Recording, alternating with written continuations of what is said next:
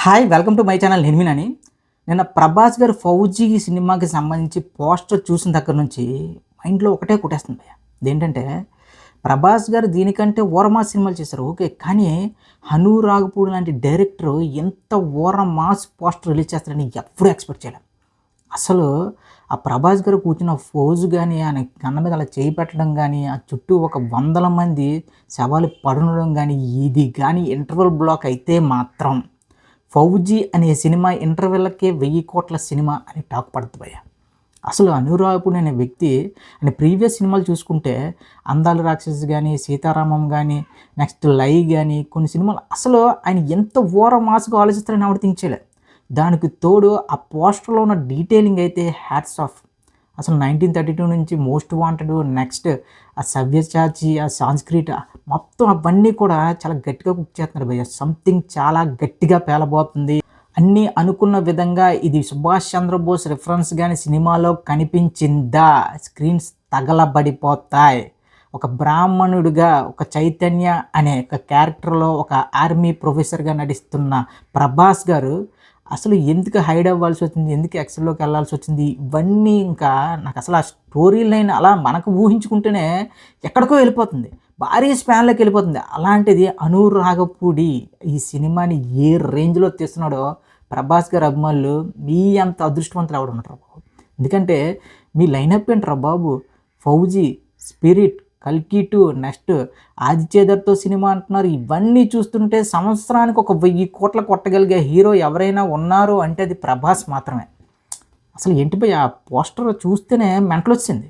అంటే మొన్నటి వరకు కూడా ప్రభాస్ గారి లుక్స్ మీద, ప్రభాస్ గారి బాడీ మీద గట్టా కామెంట్స్ చేసిన వాళ్ళందరికీ చాలా గట్టి సమాధానం ఇవ్వబోతున్నారు. ప్రభాస్ గారు 'ఫౌజీ' అనే సినిమాతో చాలా క్లియర్‌గా అర్థమవుతుంది. డిసెంబర్‌లో 'ఫౌజీ' రిలీజ్, సెప్టెంబర్‌లో 'స్పిరిట్' రిలీజ్. ఇంకా 'రెబెల్' ఫ్యాన్స్‌కి ఇంకేం కావాలి? దానికి తోడు ఆ పోస్టరే పిచ్చెక్కిచ్చేసాడు. పంచెకట్టు కట్టుకొని మెడలో జంజం నెక్స్ట్ ఆ చెయ్యి అలా గన్ను మీద పెట్టి ఆ బ్లడ్ ఒళ్ళంతా ఇంకెంతకు మించి ఇంకేం కావాలి? ఒక్క పోస్టర్‌తోనే సినిమా మీద హైప్ ఏదో వేరే రేంజ్‌కి తీసుకెళ్ళిపోయాడు. ఏదో తెలుగు రాష్ట్రాల్లోనే కాదు ఇండియా వైడ్‌గా 'ఫౌజీ' పోస్టర్ గురించే 'ఫౌజీ' పోస్టర్‌లో ఉన్న ఒక్కొక్క డీటెయిలింగ్ గురించి మాట్లాడుకున్నారు. మొన్నటికి మొన్నే కర్ణుడి గురించి, ప్రభాస్ గారి క్యారెక్టర్ గురించి, 'కల్కి' సినిమా గురించి ఎంత పెద్ద రచ్చ అయిందో మనందరికీ తెలిసిందే. అలాంటిది 'సాంస్క్రిట్‌లో' 'సవ్యసాచి' అనే అక్షరాలతో కనిపించడంతో 'సవ్యసాచి' అంటే మనందరికీ తెలిసిందే. అదేంటంటే 2 చేతులతో కూడా యుద్ధం చేయగల సత్తా ఉన్న ఏకైక వీరుడు ఎవరైనా ఉన్నారంటే అర్జునుడు. సో, అలాంటి అర్జునుడిగా ఇప్పుడు మనం ప్రభాస్ గారి క్యారెక్టర్ రిఫరెన్స్‌తో ఉండబోతుందా ఏంటి అనే విషయాలు మాత్రం పిచ్చి లేస్తుంది భయ్యా లిటరల్లీ. అసలు ప్రభాస్ గారు, సుభాష్ చంద్రబోస్ గారు ఆ కాన్సెప్ట్ అనేదే వేరే లెవెల్‌లో ఉంది. దానికి తోడు ఈయన మోస్ట్ వాంటెడ్‌గా ఎందుకు మారాడు? దాని తర్వాత ఇప్పుడు ఆయన హిట్లర్‌ని కలుస్తారట సినిమాలో అలాంటి సీక్వెన్స్ ఉందంట. సుభాష్ చంద్రబోస్ గారు మరి ఇంకా ఎలా కలుపుతాడో ఏంటో తెలీదు గానీ, ఎలా తీసినా సరే ఆ సెకండ్ హాఫో మరి ఫస్ట్ హాఫో తెలీదు గానీ, ఆ సీక్వెన్సెస్ వచ్చేటప్పుడు మాత్రం వేరే లెవెల్‌లో ఇంకా మనం వేరే నోస్టాల్జియాలోకి వెళ్ళిపోతాం భయ్యా. దానికి తోడు మనకి పీరియాడిక్ సినిమాలంటే ఖచ్చితంగా ప్రతి ఒక్కరికి ఒక క్యూరియాసిటీ ఉంటది. మామూలు జనరల్ కమర్షియల్ సినిమాలు వేరు గానీ, ఒక పీరియాడిక్ డ్రామా తీసేటప్పుడు నెక్స్ట్ ఏంటి?